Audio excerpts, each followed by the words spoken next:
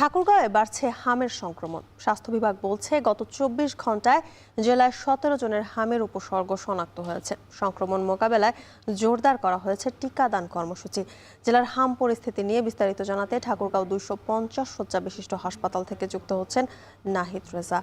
নাহিদ, সংক্রমণের হার কেমন দেখছেন? পরিস্থিতির নিয়ন্ত্রণে কি পদক্ষেপ নিচ্ছে স্বাস্থ্য বিভাগ, জানাবেন।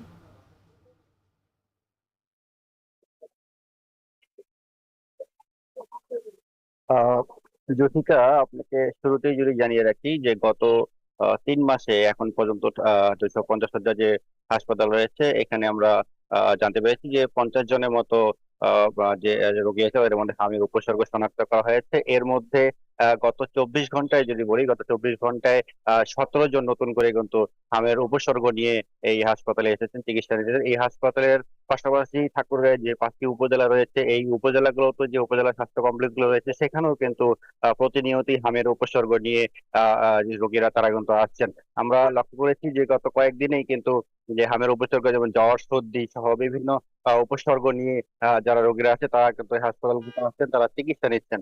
আমরা যদি আপনাদেরকে একটু জানিয়ে রাখি যে আমরা কিছুক্ষণ আগেই ঠাকুরগাঁও যে সিভিল সার্জন রয়েছে তার সঙ্গে কথা বলছিলাম। তিনি যে বিষয়টি বলছেন যে যারা হামের উপসর্গ নিয়ে এখানে আসছেন তাদের স্যাম্পল নিয়ে ঢাকা এবং কি দিনাজপুরে কিন্তু পাঠানো হচ্ছে। পরীক্ষা নিরীক্ষার পরে আসলে জানা যাচ্ছে যে কার শরীরে হাম শনাক্ত হয়েছে সেগুলো জানা যাচ্ছে। এবং আমি যদি আপনাকে জানিয়ে রাখি যে এই হাসপাতালে একটি আইসোলেশন ওয়ার্ড তৈরি করা হয়েছে। যারা হামে আক্রান্ত হচ্ছেন তাদেরকে সেখানে রাখে নিবিড় পর্যবেক্ষণ করা হচ্ছে। এর পাশাপাশি প্রতিটি উপজেলা যে স্বাস্থ্য কমপ্লেক্স গুলো রয়েছে সেখানেও কিন্তু আইসোলেশন ওয়ার্ড করা হয়েছে, এবং যারা হামে আক্রান্ত হচ্ছেন তারা এখানে ভর্তি রয়েছেন এবং তাদেরকে নিবিড় পর্যবেক্ষণের মাধ্যমে চিকিৎসা সেবা দেওয়া হচ্ছে। এর পাশাপাশি যারা এখানে হামের উপসর্গ নিয়ে আসছেন তাদেরকেও চিকিৎসা দেওয়া হচ্ছে।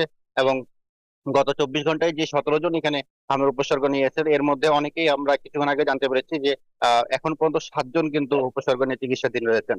এর পাশাপাশি যারা এসেছিলেন তারা কিন্তু চিকিৎসা নিয়ে বাসায় ফিরেছেন। এবং সিভিল সার্জনের সঙ্গে কথা বলে আমরা আরেকটি বিষয় জানতে পেরেছি, ঠাকুরকে যে আইসোলেশন ওয়ার্ড রয়েছে হামে উপসর্গের জন্য, আইসোলেশন ওয়ার্ড রয়েছে, এই আইসোলেশন ওয়ার্ডে এখন পর্যন্ত হামে ল্যাব টেস্টের মাধ্যমে শনাক্ত হয়ে 3 জন কিন্তু চিকিৎসাধীন রয়েছে।